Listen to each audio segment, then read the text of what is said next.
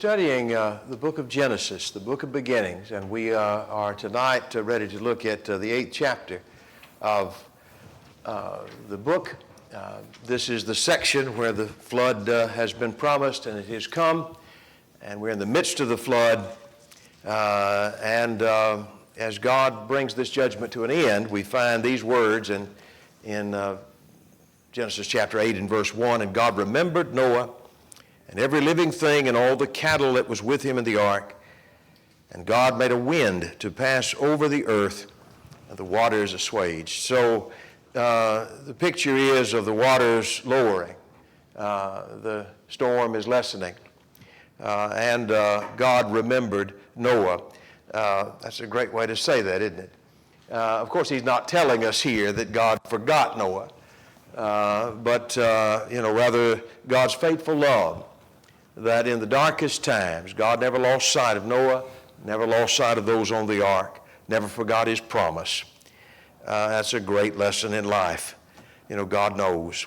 He knows every hair on our head. He knows what we're going through. If nobody else does, God knows. And God remembered Noah. Verse 2 says that the fountains also of the deep and the windows of heaven were stopped, and the rain from heaven was restrained.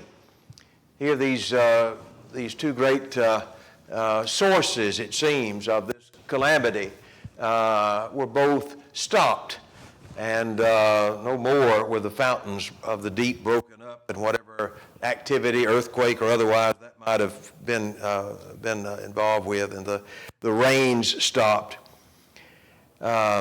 Verse 3, "And the waters returned from off the earth continually. After the end of the 150 days, the waters were abated," decreased. "And the ark rested in the 7th month, on the 17th day of the month, upon the mountains of Ararat." So it seems that 5 months have gone by at this point. And the ark comes to rest. The ark no longer is floating free, but instead has found land. And then verse 5 says, "And the waters decreased continually until the 10th month. In the 10th month, on the first day of the month, were the tops of the mountains seen." This is a long process. It's a slow process. It must seem very slow to those who were in the ark. But step by step, the waters are decreasing. And step by step, we find that in this, whatever new landscape might have been created by all this trauma and cataclysm, now balance is returning. We find that in verse 6, "It came to pass at the end of 40 days." Let me mention something about verse 4. Where did the ark come to rest? Yeah. What is your translation? How does it read exactly? Mountains of Ararat, plural, isn't it? Mount Ararat, as we know it today, would be located in far eastern Turkey on the border of Armenia. Actually, this is a mountain range. And there's no necessary conclusion to be drawn here that I think that Mount Ararat, as we think of it, is 16,000, 17,000 feet high. There's no indication that the ark was at the top of that mountain. It was in this range of mountains. And it was somewhere on the elevations there that the ark came to rest. So my thought has been, just because, of course, the animals are going to be able to be allowed to leave, and Noah allowed to leave, I don't think that they were having to hike down Mount Everest to get to the plains, so it may have been on a lower elevation that the ark eventually came to rest. But anyway, this is the part of the world where all this takes place. Any question about the first 5 verses or point you want to make? Let's look at verse 6 then. "And it came to pass at the end of 40 days, another 40-day period, that Noah opened the window of the ark which he had made." And, you can read a lot of discussion about this window and what it was. There was a window mentioned back in chapter 6. This is a different word. Is it a different opening? Maybe so. Really, I don't know. Maybe you do. I don't know much more about it than what he says here, but it was some opening here through which he sent birds. Verse 7, and he sent forth a raven, which went forth to and fro until the waters were dried up from off the earth. You got another translation of verse 7 there? Anybody have another translation of verse 7? The raven, what did the raven do according to your translation? Flew here and there, okay. I thought maybe that was back and forth to him until they had places to. Well, I'm sorry, somebody said another translation of that? Somebody else, I'm sorry, did I interrupt somebody? To and fro. Yeah, I guess having read the King James all these years, to and fro is the language that it uses there. And I'd always assumed that meant that the raven left didn't come back. It seems like. But there are those who say, no, he must have come back and forth to Noah. So I'm not sure about that, but it just seems like there's a contrast between this raven and the dove. What did the dove do? Yeah, the dove came back. And he sent forth a dove from him to see if the waters were abated from off the face of the ground. Apparently he couldn't see the ground from where he was. And so he had this opening. He could use the doves to be his eyes to sort of tell him what things were like out there. He had come to rest on the mountains of Ararat, but that's a far cry from knowing what kind of shape the ground was in. And you can imagine there'd be some serious mud in some places and quite some danger, frankly. And so he's just trying to find out what the conditions are. The dove, it seems unlike the raven, did not find a place for its foot to rest. So she returned unto him in the ark, for the waters were on the face of the whole earth. And then he put forth his hand and took her in, pulled her in unto him into the ark. And he waited 7 more days. And he sent the dove out again. And then verse 11 says that the dove came in to him in the evening, and lo, in her mouth was, the old translation reads, an olive leaf plucked off. And so Noah knew that the waters were abated from off the earth. Things were growing again. I'm no olive tree expert, but it seems at least that this tree was able to bounce back quickly from all of the turmoil. But it gave Noah a sense that things were restored, were coming back to normal. So what he did was he kept that dove with him for another 7 days and then sent it out again. Verse 12, and it returned not again to him anymore. And so at that point, I think he had a good sign of what was going on outside. Verse 13 says that it came to pass in the 601st year, in the first month, the first day of the month, the waters were dried up from off the earth, and Noah removed the covering of the ark. What exactly is this covering? He doesn't explain. Some have suggested it was some sort of roof panel. Maybe that's the case. But anyway, he removed this covering from off the ark, and looked, and behold, the face of the ground was dry. And so he kicked the door open and he ran outside. And no, that's not what he did, was it?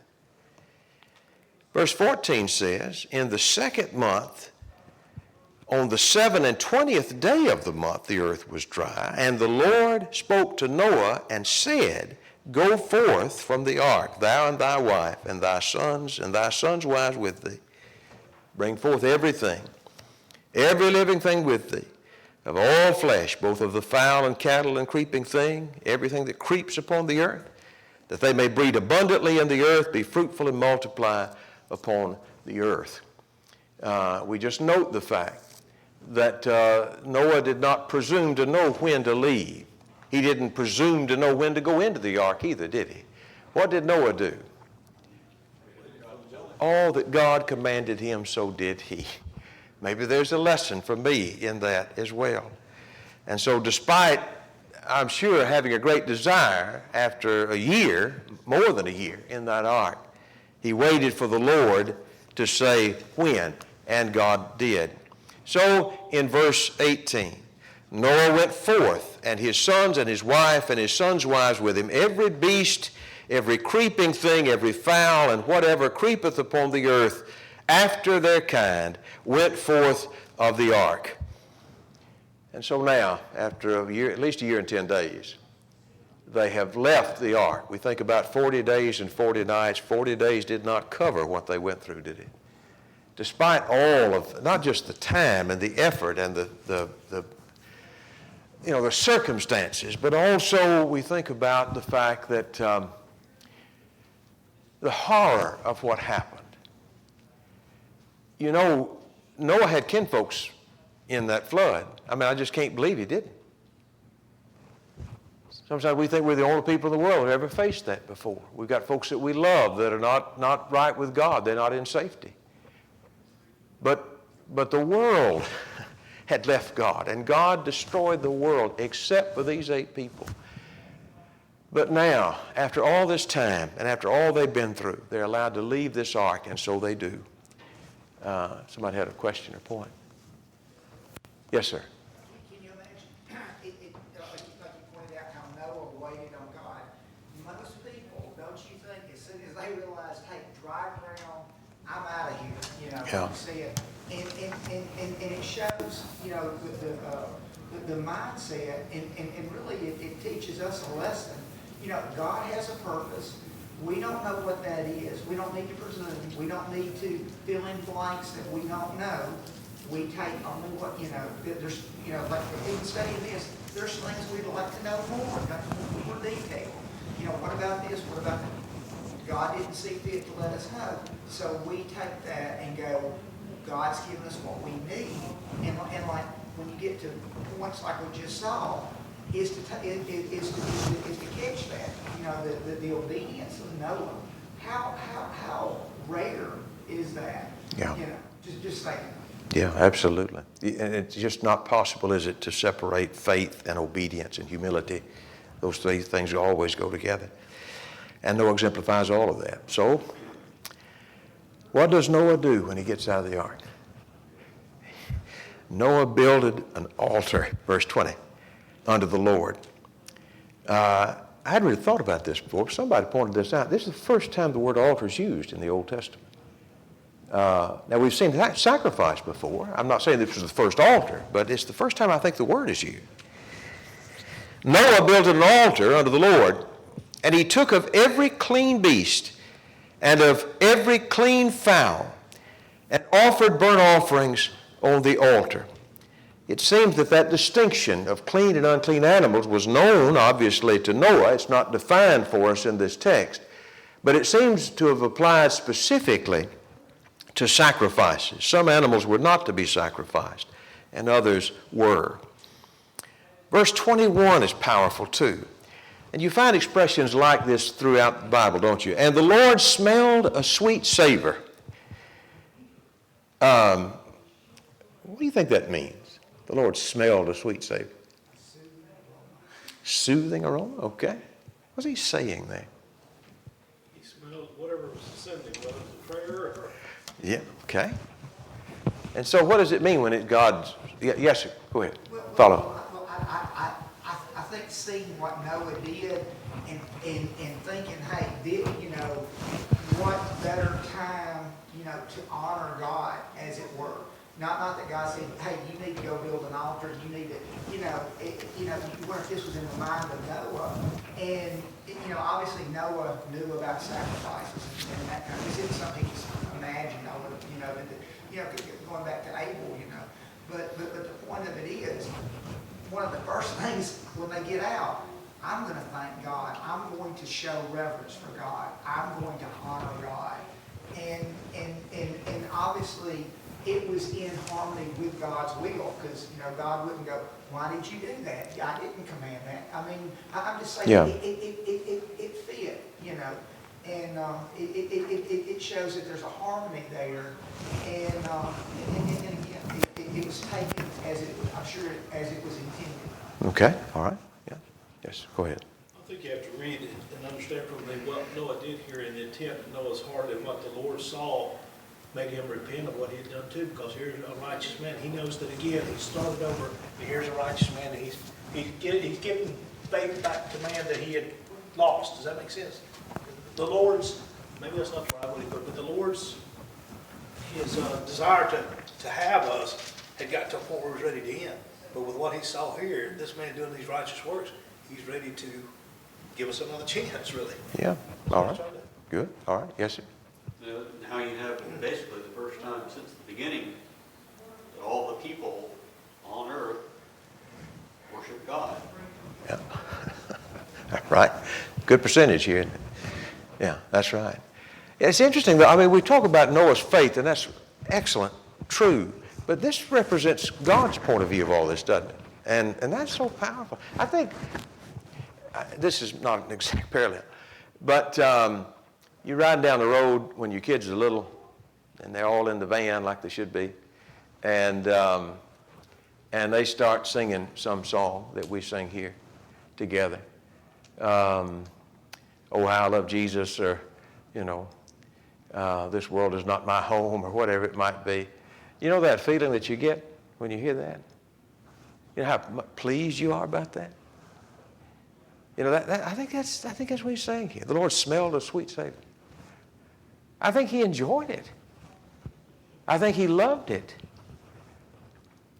I heard Brother Holly make this point one time. He was talking about how that so many people in this world are starstruck, and they have these human idols, and some singer or some athlete or whoever it might be, and they will pay more money than they can afford to go to see these people or to get their autograph or whatever it may be. And you know what? They could not care less.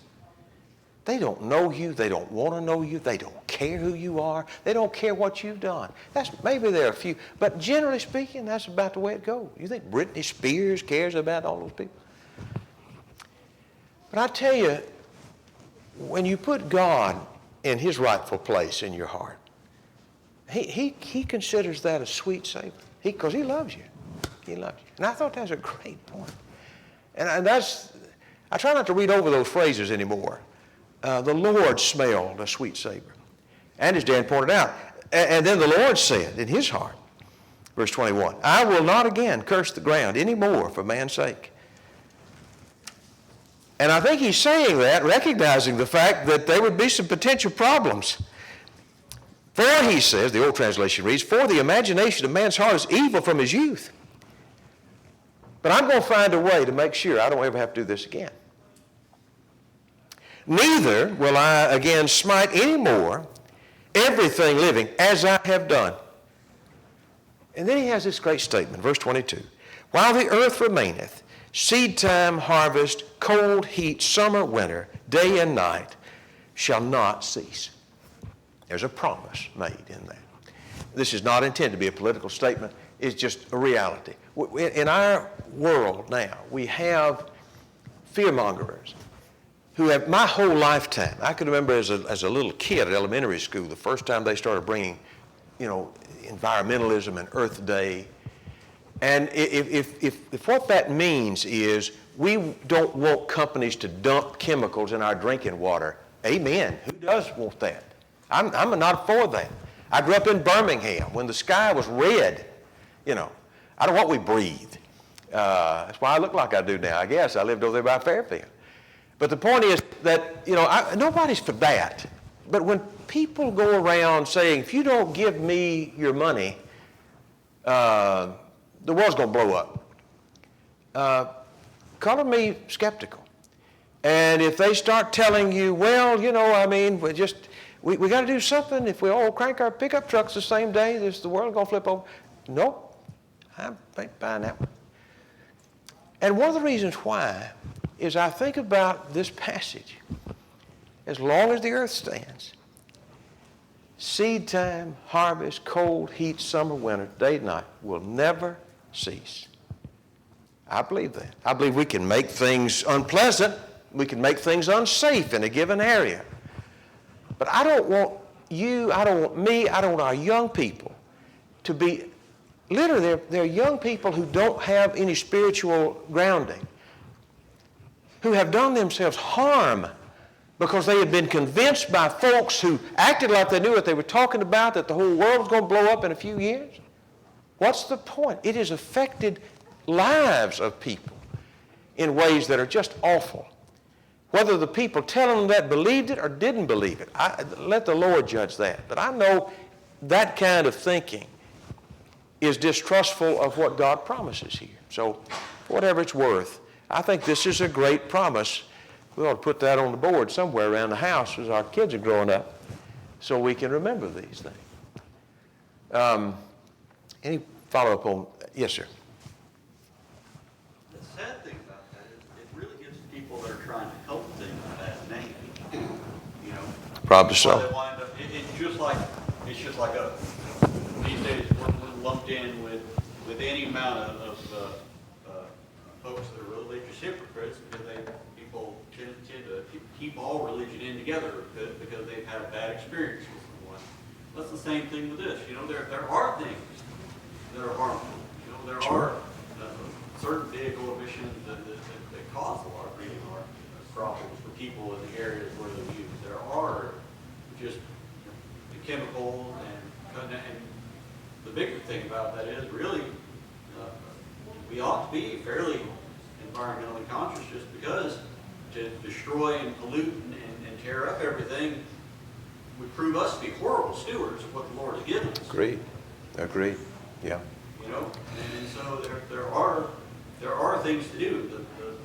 And just like a lot of other things, you know, people take it too far, and now you can't even mention or think about it without people just disregarding it for what it is. And it's a shame because there are good things to be done at making cars better, where they don't pollute as much. You know, taking lead out of gasoline, probably a good idea. You know, considering health effects of lead, those kind of things. Versus, you know, the people that glue themselves to the road. Yeah. And all those other kinds of things. Saying, well, if we don't stop pumping oil right now, everybody's going to die in 10 years. I've been saying that for longer than I've been. Yeah, at least 40 years I've heard. So, one little note before we leave this. Do you notice how he said, as long as the earth endures, which is suggestive of the fact there will be a day when it won't endure. And Peter picks up on that as well. Oh, there is a day when the earth's going to end. Don't misunderstand me. And by the way, it won't be man's choice when that happens. And it won't be man's actions, in the sense they're talking about, that will create that. You know, the earth is going on. We can make it a miserable place where we live or not, but, you know, the earth will endure until it won't. And that's 2 Peter 3. Let's talk about real quick, we can't do this a lot, but we're going to try to do it while we can. What's chapter 1 about? Genesis 1, how would you characterize it? 6 days of creation. Chapter 2 would be man of the garden. Chapter 3 would be the fall. Chapter 4 would be Cain and Abel. More than that, but Cain and Abel. Chapter 5 would be generations from Adam to Noah. Chapter 6 would be the judgment pronounced upon man, and then the call of Noah. And then chapter 7, this is the way I put it. You can put it better than this. It's simple this way. The flood begins. Chapter 8, the flood ends. And then chapter 9, after the flood. I like that. I can remember that. So 3 chapters here that surround the flood in a way are one that comes afterward. Well, let's talk about Genesis 9 now. And turn over there to Genesis 9 if you haven't already. And we'll read together the first few verses here. God blessed Noah and his sons and said to them, be fruitful and multiply and replenish, fill up the earth. And so we have this general instruction given to be fruitful and multiply and fill up the earth. Verse 2. This is interesting, isn't it? And the fear of you and the dread of you will be upon every beast of the earth and upon every fowl of the air and upon all that moveth upon the earth and upon all the fishes of the sea. Into your hand they are delivered. there seems to be a change in the nature of animals that's indicated here. Perhaps, maybe I'm reading too much into it, but a fear and a dread of you. I take it that was not true when the animals were gathered and loaded and cared for in the ark. But there will be a fear and a dread. You have another translation of that in verse 2? Fear of you and the terror of you. Terror of you, yeah. Sometimes we're pretty terrorized by animals, but generally speaking, they take a wide path around you unless they're really hungry. They still do. Yes, sir? I was going to say, that's like, you know, if you think about it, most animal attacks are because the defensive. The animal is scared of you and trying to get you away from it. Yeah. So this is where this begins. Now, it seems, the last phrase there, into your hands they are delivered. What do you have there? Dominion, okay. Anybody have another translation of that? They're under your control, one translation says. So I think, again, we have this dominion of man over the animal. Man is not an animal. Man has been given dominion over the animals. And then verse 3, every moving thing that lives shall be meat for you, even as the green herb have I given you all things. So it seems, if I read it right, we do have a change in terms of the diet. Whereas before they had been given the plant life to eat, but now they are allowed to eat meat. And there doesn't seem to be a restriction about the meat in general as there will be under the law. At least there's no indication of that from verse 3. But there is a restriction, isn't there? Verse 4 reads, but the flesh with the life thereof, which is the blood thereof, shall ye not eat. And surely your blood of your lives will I require. At the hand of every beast will I require it. At the hand of man, at the hand of every man's brother will I require the life of man. Whoso sheddeth man's blood, by man shall his blood be shed. For in the image of God made he man. And you, be ye fruitful and multiply, bring forth abundantly in the earth, and multiply therein. So there is a restriction here given concerning what could be eaten and what couldn't be eaten. And what was that? Can't eat blood as food. That's not to be consumed as food. It's interesting, and again, we'll not take as much time as we might on that point, but you can read in the book of Leviticus where that same precept is given. And you can read in the New Testament about how that the Jews wouldn't do it anyway, and the Gentiles were warned not to eat things strangled or blood, things sacrificed to idols, nor fornication, all of which may have had a connection with idolatry in that case. But I've met some brethren who don't have a problem with that. You know, maybe you've been places, traveled other places. We don't find a lot of that at the local, joint down here where they serve blood as food. But there are a lot of places in the world where they do, where it's considered a delicacy. It's considered normal fare in Europe, in the Far East, and other places.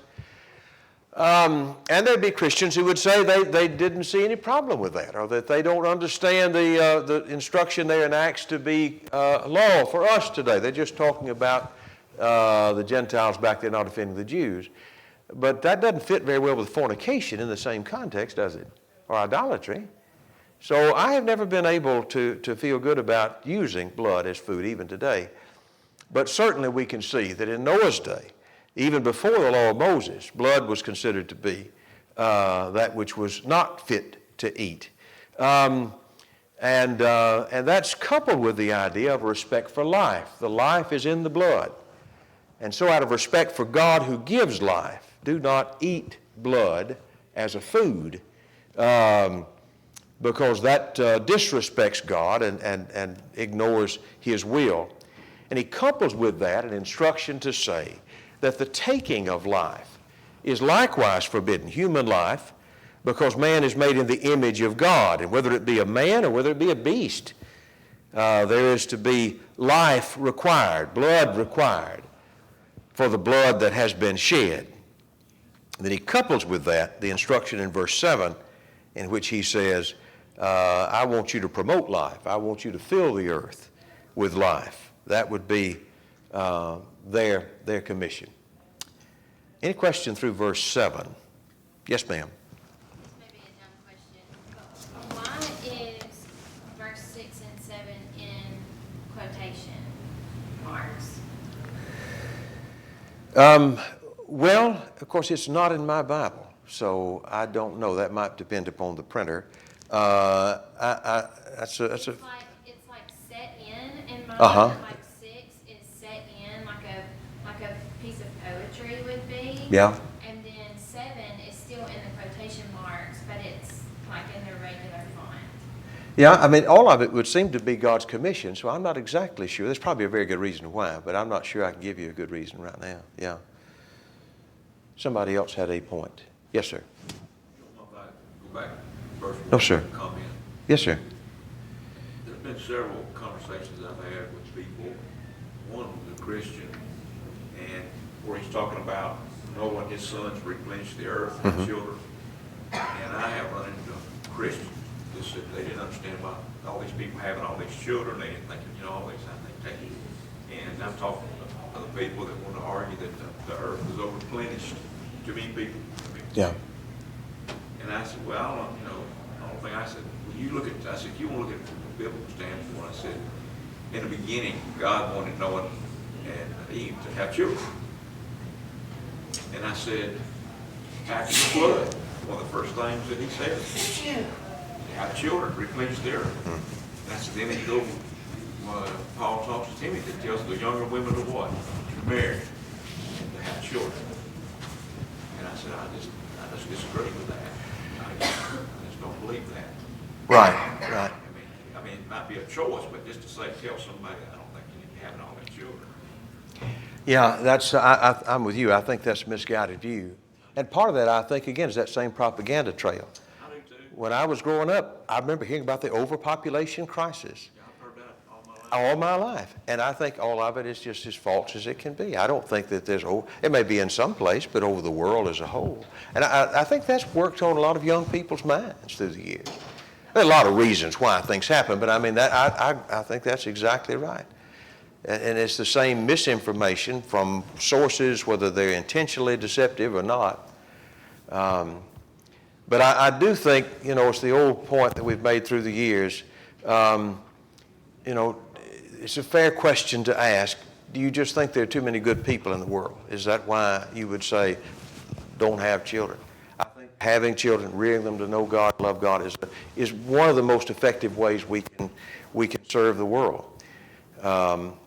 And so that's the hope we have anyway. Yes, somebody. Yes, sir, Don.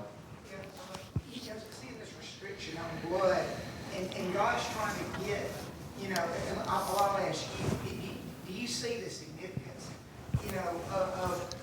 here, it's like it's beginning here, but we're blessed to see the ultimate, the precious blood that saves us. And God's trying to get that respect, and trying to get us to see things a certain way. Or do you think that He's trying to, He wants us to, life is in the blood, and just how precious a thing it is. Right. Because, I mean, if they take your blood, you're not going to survive. So it's like, that's the ultimate, you might say. But you see do you see a connection between? You mean with Christ? Yeah. You're talking about that. Well, I hadn't really made that direct connection there. I certainly don't think it's far-fetched. But I guess the primary thought I've had is, in any society that's bloodthirsty, you're not going to find a fear of God, are you? Think about that. And there are plenty of them in the world today. Always have been. People that just think nothing. They're cold-blooded, cold-hearted people. That's as far from God as we can get. But God gives us life as a gift, and certainly Christ is the ultimate gift. So I don't think that's far-fetched. Somebody had another point here. Yes, sir. God said in His place, punishment for taking blood. If blood was taken, blood would be taken. Right. So it's possible. Right, and that says something, especially in the respect for life here, that says something about God's hatred for that kind of violence and that kind of criminal behavior. Someone else had a point. I'm sorry if I missed you. Okay, so we have the instruction given to Noah, and then we have this great covenant with Noah. Verse 8 beginning. And God spake unto Noah and to his sons with him, saying, Behold, I establish my covenant with you, and with your seed after you, and with every living creature that is with you, of the fowl of and the cattle, every beast of the earth with you, from all that go out of the ark, to every beast of the earth. And I will establish my covenant with you. Neither shall all flesh be cut off any more by the waters of a flood. Neither shall there any more be a flood to destroy the earth. And God said, This is the token of the covenant which I have made between me and you, and every living creature that is with you for perpetual generations. I do set my bow in the cloud, and it shall be for a token of a covenant between me and the earth. And it shall come to pass that when I bring a cloud over the earth, that the bow shall be seen in the cloud, and I will remember my covenant which is between me and you and every living creature of all flesh. And the waters shall no more become a flood to destroy all flesh. And the bow shall be in the cloud, and I will look upon it, that I may remember the everlasting covenant between God and every living creature of all flesh that is upon the earth. And God said to Noah, This is the token of the covenant that I have established between me and all flesh that is upon the earth. That's a fascinating picture, isn't it? You got another translation of verse 13.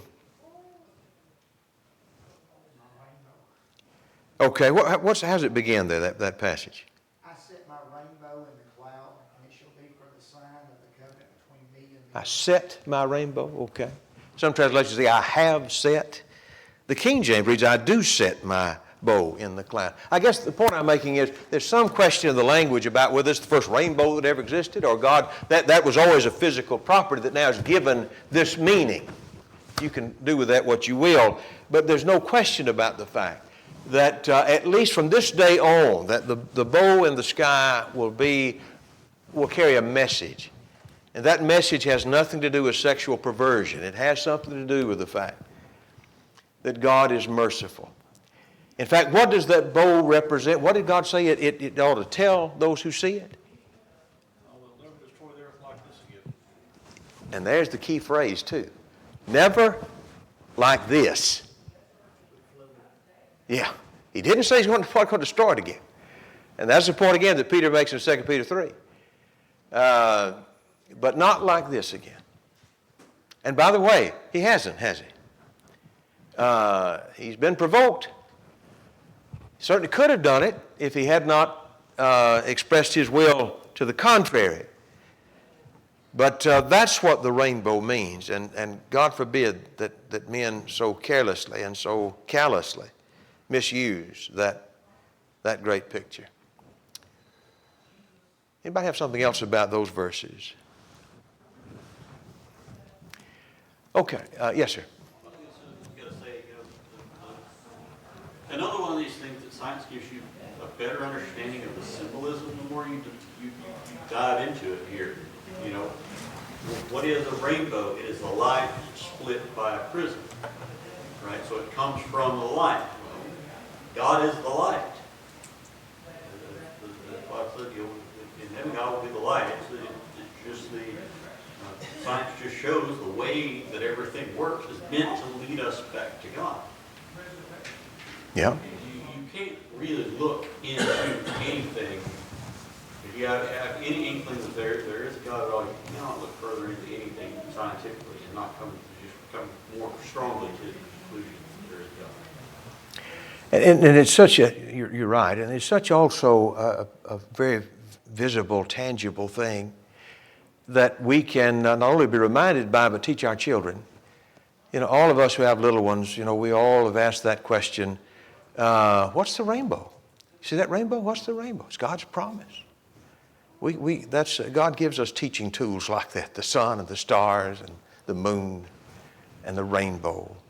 And they all have a message, don't they? Okay, our time is up. Next time, we're going to talk about a very curious story here concerning Noah and his son Ham, and why in the world did God curse Canaan? So we'll talk a little bit about that and then get into chapter 10 and 11 next time also. Thank you very much.